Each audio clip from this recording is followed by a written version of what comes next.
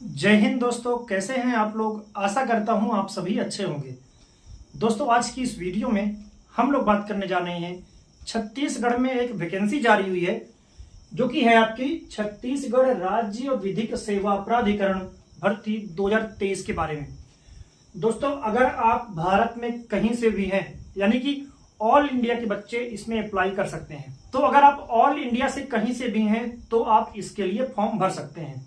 ठीक है, तो इस वैकेंसी की कंप्लीट जानकारी आज की इस वीडियो में आपको मिलने जा रही है। तो वीडियो को बिना स्किप किए हुए लास्ट तक जरूर देखें, और अगर आप हमारे चैनल पर नए हैं तो चैनल को सब्सक्राइब कर लीजिए, साथ ही बेल वाला आइकन जरूर दबाइए ताकि आने वाले वीडियो का नोटिफिकेशन आप तक सबसे पहले पहुंचे। तो आइए स्टार्ट करते हैं। दोस्तों, अगर हम बात करें इस वैकेंसी की, छत्तीसगढ़ राज्य विधिक सेवा प्राधिकरण भर्ती 2023, दोस्तों इसका जो नोटिफिकेशन आया है उसमें 112 पदों पर वैकेंसी निकाली गई है।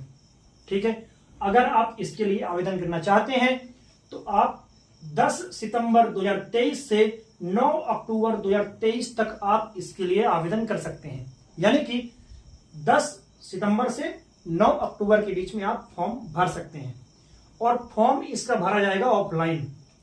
ठीक है, अगर हम बात करें आयु सीमा की, तो अगर आपकी उम्र, पहले तो अगर आप छत्तीसगढ़ के निवासी हैं तो ठीक है, अगर आप छत्तीसगढ़ के निवासी हैं और आप अगर ईडब्ल्यूएस और यूआर कैटेगरी से हैं तो आपकी आयु सीमा 18 साल से 40 साल के बीच में होनी चाहिए। लेकिन अगर आप एसटी, एससी, ओबीसी कैटेगरी से हैं तो आपको कुछ छूट मिलती है। तो छूट को जोड़ने के बाद अधिकतम जो उम्र है वो 45 हो जाएगी आपकी। ठीक है, अगर आप अदर स्टेट से हैं तो आपकी उम्र 18 साल से 35 साल के बीच में होनी चाहिए, तो ही आप इसके लिए आवेदन कर सकते हैं। ठीक है, अगर हम बात करते हैं कि जो 112 पदों पर वैकेंसी है, इसमें अलग अलग पदों पर वैकेंसी निकाली गई है, जैसे कि अनुवादक, सहायक ग्रेड 3 यानी कि जिसको कंप्यूटर ऑपरेटर बोलते हैं, आपका वाहन चालक और भृत्य, इन 4 अलग अलग पदों पर वैकेंसी निकाली गई है। अगर बात करें अनुवादक की, तो अनुवादक का 1 पोस्ट है, सहायक ग्रेड 3 के 80 पद हैं, वाहन चालक का 1 पोस्ट है, और भृत्य का 30 पोस्ट पर वैकेंसी निकाली गई है।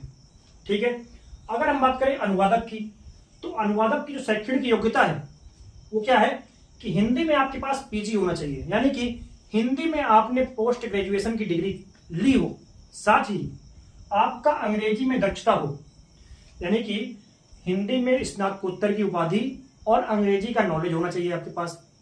या उल्टा भी हो सकता है कि अगर आपके पास इंग्लिश में पीजी है, अंग्रेजी लैंग्वेज में, इंग्लिश लैंग्वेज में आपके पास अगर पीजी है और साथ ही हिंदी का नॉलेज है, तो भी आप आवेदन कर सकते हैं।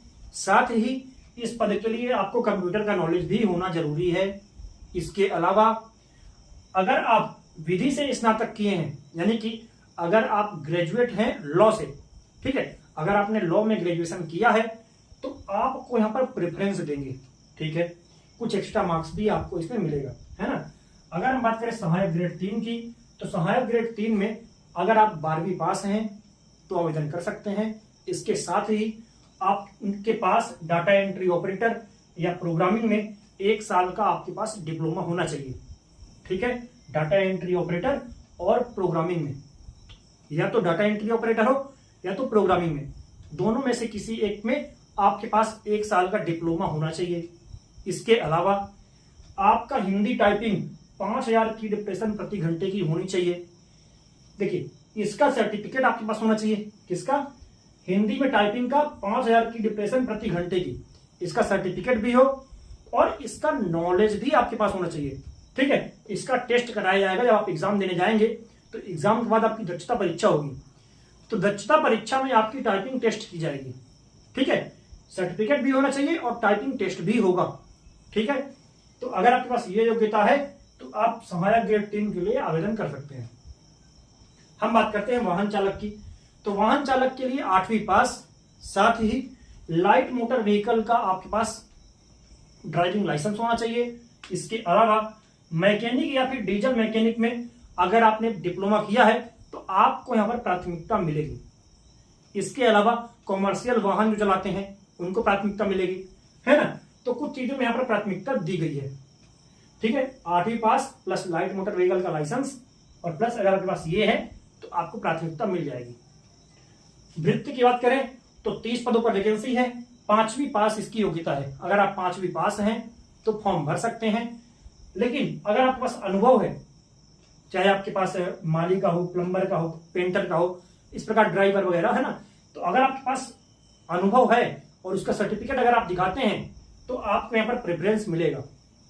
तो ये 4 अलग अलग पदों पर वैकेंसी थी।